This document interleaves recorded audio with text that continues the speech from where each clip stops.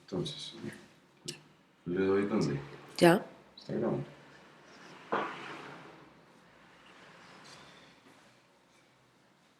En el nombre del Padre, del Hijo y del Espíritu Santo. Amén.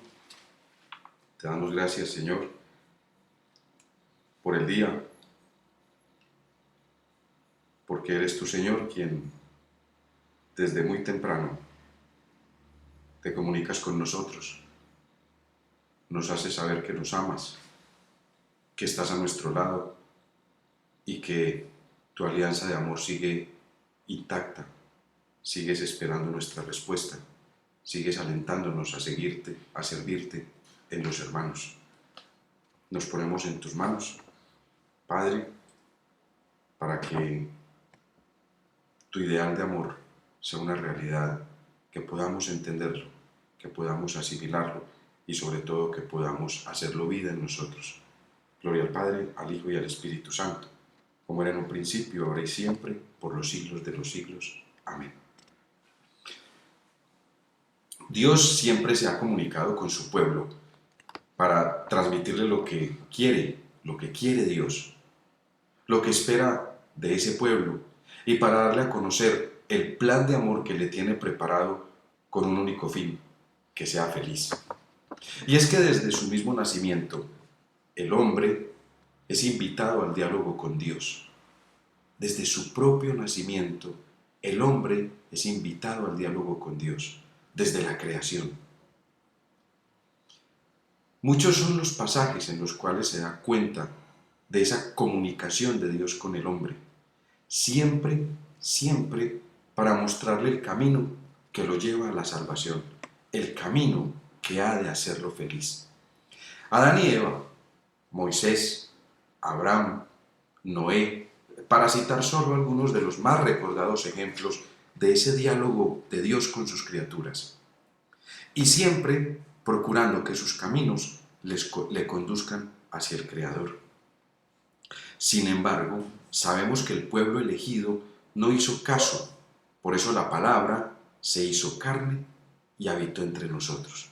El propio Dios, en su afán por mantener esa relación directa e íntima con el hombre, decide enviar a su Hijo Jesús, la palabra viva, el Verbo hecho carne, para entablar el diálogo directo, para que el hombre no tuviera miedo de su Señor, como les ocurría a los hombres del Antiguo Testamento, quienes temían mirar a Dios cara a cara, como Moisés. Y con Jesús, en el Nuevo Testamento, es a otro precio. El rostro de Dios hecho visible, la voluntad de Dios transmitida en vivo y en directo, como decimos en televisión, transmitida a sus hijos, a sus amados, a los suyos. Jesús, el Verbo, la palabra, se dio a conocer, entabló una línea directa con un puñado de discípulos, quienes acataron su invitación a seguirlo, dejándolo todo tras de sí. Y los diálogos fluyeron, las enseñanzas también, las formaciones, los ejemplos, las anécdotas, las explicaciones, las aclaraciones. Todo se valía para que pudieran entender aquellos hombres, pescadores en su mayoría, cuál era el propósito de Dios al enviar a su único Hijo al mundo. Estaba hecho. La comunicación estaba de nuevo tendida entre el Creador y sus criaturas. Era cara a cara, voz a voz, con un Jesús que tras el bautismo en el Jordán asumió la opción fundamental de predicar y predicar y predicar. Predicar la buena nueva, esa de conviértanse que el reino de Dios está cerca. Su misión había comenzado, no tenía retorno, no podía detenerse porque sería, asimismo, detener el plan de Dios para el mundo. Es decir, sería la peor de las catástrofes. Hoy, cuando apenas promediamos la segunda década del siglo XXI, nos topamos con la alegría del Evangelio donde el Papa Francisco nos plantea el contexto litúrgico para hablar de la proclamación litúrgica de la palabra de Dios. La palabra. Esa comunicación de Dios con los hombres, de la que hablábamos hace un momento apenas, en toda su magnitud. Esa palabra cobra un vigor renovado, pues el sumo pontífice se ocupa en los numerales 137 y 138 de la Evangelii Gaudium de este aspecto fundamental para la fe de los cristianos. Es decir, para nuestra fe y la fe de quienes de una u otra manera pastoreamos en cualquier circunstancia y situación de la vida, la misión, el apostolado, los grupos, el compartir, en fin. El Papa plantea en términos muy concretos el carácter, óigase bien, de diálogo de Dios con su pueblo, que tiene la proclamación litúrgica de la palabra de Dios sobre todo el contexto de la asamblea eucarística. El Papa enfatiza en que es en este diálogo en el cual son proclamadas las maravillas de la salvación y propuestas siempre de nuevo las exigencias de la alianza, cualquier parecido con los alcances verdaderos de la comunicación que sostenía Dios con los patriarcas del Antiguo Testamento no es mera coincidencia entonces. En el Antiguo Testamento, la comunicación de Jehová, Dios, con los patriarcas. En el Nuevo Testamento, la comunicación de Dios con sus criaturas a través de su Hijo, de su único Hijo, Jesús. Esto me lleva a reflexionar profundamente en la gravedad, entendida esta gravedad como la suprema importancia y delicadeza que encierra el ser ministro de la palabra, lector, diríamos a secas en nuestro entorno, pues no se trata de una simple lectura cotidiana, sino de una proclamación de la palabra de Dios, quien se comunica de esa manera y por ese medio con sus criaturas. Si hacemos una composición de lugar acerca de ese momento del encuentro de Dios con Moisés, por ejemplo en el monte Sinaí, para descender Moisés luego con las tablas de la ley para el pueblo israelita, recordemos que Moisés recibe las instrucciones de Jehová. Y dice el texto, el Éxodo 34, del 1 al 2, dice: Y Jehová dijo a Moisés: alízate 2 tablas de piedra como las primeras, y escribiré sobre estas tablas las palabras que estaban en las tablas primeras que quebraste. Prepárate pues mañana y sube de mañana al monte Sinaí y preséntate ante mí sobre la cumbre del monte. Debe haber una enorme expectativa de la revelación divina, y esto implica intimidad, encuentro a solas. Revelación divina, comunicación de Dios con el hombre, del Creador con su criatura, implica intimidad, encuentro a solas.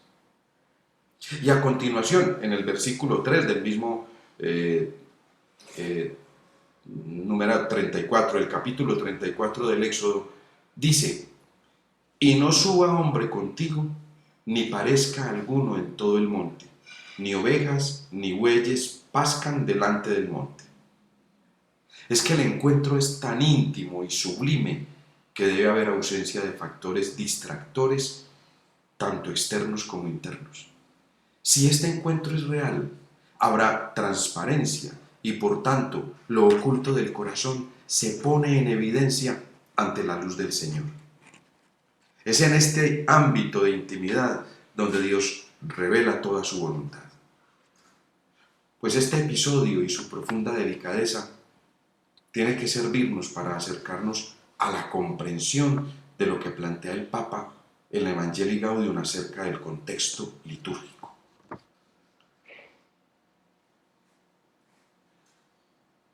Cuando la palabra de Dios es proclamada, entramos en ese lugar santo del cual se nos habla en el Éxodo 3, de la zarza ardiendo. Es Dios mismo quien habla, y para hacerlo requiere de alguien que le preste sus labios, sus ojos, sus 5 sentidos, su cuerpo, su mente, su espíritu y su corazón, como lo hizo Moisés, para transmitir en toda su extensión, eso que quiere decirnos en cada momento litúrgico que antecede a la predicación del sacerdote y al momento culmen propiamente eucarístico del pan y el vino. El lector no es un actor, no es un showman, como diríamos, es el medio escogido por Dios para que Él, el Señor, llegue a toda la asamblea reunida con su palabra de vida, con su pan hecho palabra, hecho comunicación. Es cuando Dios le habla literalmente a sus hijos. Hoy me queda más claro que nunca que cada vez que sea invitado a proclamar la liturgia de la palabra, debo tener presente que como Moisés en el monte Sinaí, soy portador del mensaje de Dios para su pueblo. Como aquella noche de domingo, hace muchos años ya, cuando el sacerdote de mi parroquia preguntó quién le quería ayudar con las lecturas, y nadie levantó la mano. Entonces él comenzó a recorrer las naves del pequeño templo y de pronto sus ojos se fijaron en mí. Era apenas un muchacho, tímido por aquel entonces, y me dijo, recuerdo perfectamente, usted, monito, venga, lea. Y claro, ¿cómo negarme a ser el dichoso vehículo que el Señor había escogido para dar a conocer su palabra? Pero debo reconocer que apenas hoy estoy entendiendo la grandeza de su llamada.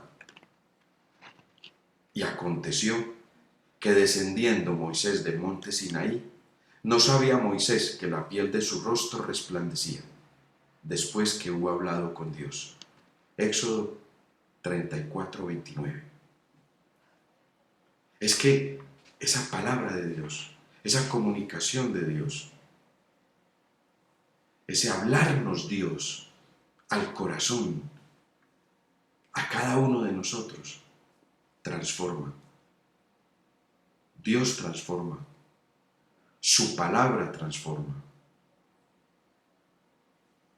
Su experiencia en nosotros transforma. La existencia de Dios en nuestras vidas transforma. El paso de Dios por nuestra historia personal, familiar, comunitaria, transforma. Cuando conocemos a Dios, cuando tenemos esa experiencia, cuando le escuchamos como Moisés en el monte Sinaí, ya no vuelve a ser igual la vida nuestra. Ya no volvemos a ser iguales, no podemos ser iguales. Ya conocemos, ya sabemos, ya hemos sido tocados por la lanza del amor de Dios. Ya hemos sido impregnados por su amor derramado a través de cada expresión, de cada palabra, de cada término, de cada versículo. Esa es la gravedad, mejor entendida, del momento comunicacional de Dios con nosotros. Hoy tenemos la dichosa fortuna de escucharlo, de poderlo leer, de poderlo repasar, de poder volver a las Escrituras todos los días, cada vez, para encantarnos y reencantarnos, para descubrir en cada una de esas lecturas qué me dice a mí mi Creador, cuál es su plan para mí, cuál es su querer para mí, cuál es su intención para mí. El texto, el contexto y el pretexto. En la relación que tenemos hoy con el Señor, como lo plantea el Papa en esos numerales 137 y 138 de la alegría del Evangelio, donde esa comunicación, esa liturgia de la palabra que evangeliza al pueblo, se hace realidad en el texto, porque es literal cuando leemos la palabra, está escrito.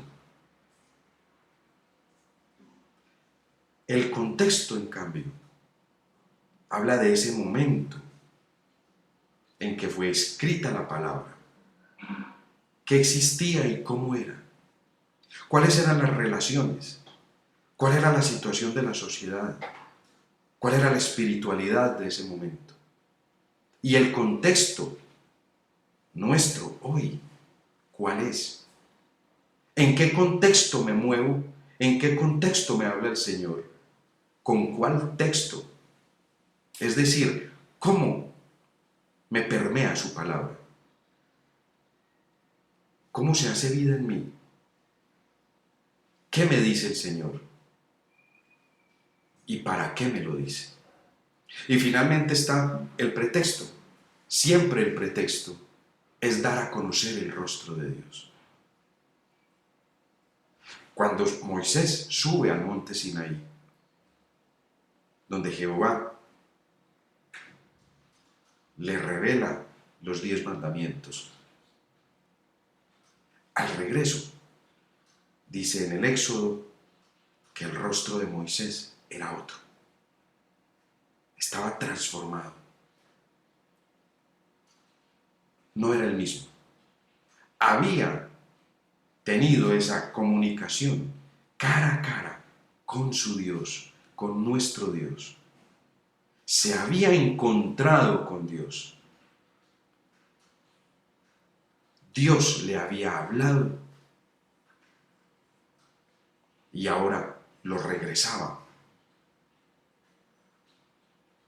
a su pueblo, lleno del Espíritu Santo, lleno de la palabra. Eso ocurre en la liturgia, o es al menos lo que el Señor quiere que ocurra en la liturgia, y así nos lo plantea el Papa. Que siempre, en esa liturgia de la palabra, quienes proclaman la palabra deben asumirlo no como un show mediático, no como una actuación, no como una responsabilidad más. Ese ministerio de la palabra tiene que estar convencido de que está proclamando precisamente la palabra de Dios, la vida de Dios que se nos da a los hombres.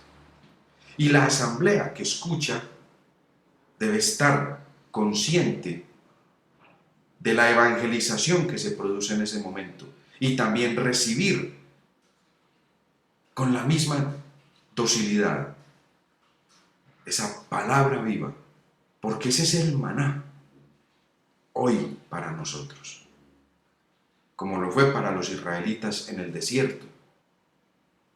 Hoy nuestro maná es la palabra que Dios nos entrega, sus sagradas escrituras, donde está condensado su plan de amor, donde está condensado su querer, donde Él plasma qué desea para nosotros sus hijos. Esa comunicación entonces necesita de dos: de Dios como el emisor y de nosotros, sus hijos, sus criaturas, como los receptores. Receptores que debemos estar atentos para entender qué es lo que esa palabra nos quiere decir hoy y cada día. ¿Cómo se aplica en mi vida? ¿Cómo entonces debo responder a mi Dios? ¿Cómo debo asimilar esa palabra, hacerla vida en mí? ¿Cómo debo permitirle que germine en mí? Eso es, hacer la vida, aceptarla, abrazarla en todo su contenido y en mi contexto de vida, de relaciones interpersonales, acogerla y dejarla que fluya. Para eso es importante, necesaria urgente una oración siempre, una oración consciente, lo más profunda que podamos. Una oración en la cual esa comunicación de espíritu con espíritu, del mío con el de mi Dios, nos fortalece, nos ilumina, nos ayuda, nos pone en sintonía, nos pone en sintonía. Nosotros con Él y Él con nosotros. La oración en la intimidad del corazón nos aguza los sentidos para comprender qué es lo que el Señor me transmite a través de esa su palabra. La palabra que es vida, es decir, esa palabra de Dios que es el mismo Dios hecho palabra. Te damos gracias, Señor, por quererte comunicar siempre con nosotros, por llamarnos siempre a que nos comuniquemos contigo, a que hablemos contigo de corazón a corazón, a que sintamos que tu palabra es vida, que tu palabra conduce por el verdadero camino que nos lleva a ti y que tu palabra es la verdad revelada. Te damos gracias, Padre, por regalarnos tu palabra, por ser el Dios amoroso, misericordioso y fraterno, por tener, Señor, un corazón de madre y padre, con el que nos amas a cada uno como necesitamos ser amados. Gloria al Padre, al Hijo y al Espíritu Santo, como era en un principio, ahora y siempre, por los siglos de los siglos. Amén. Buen día.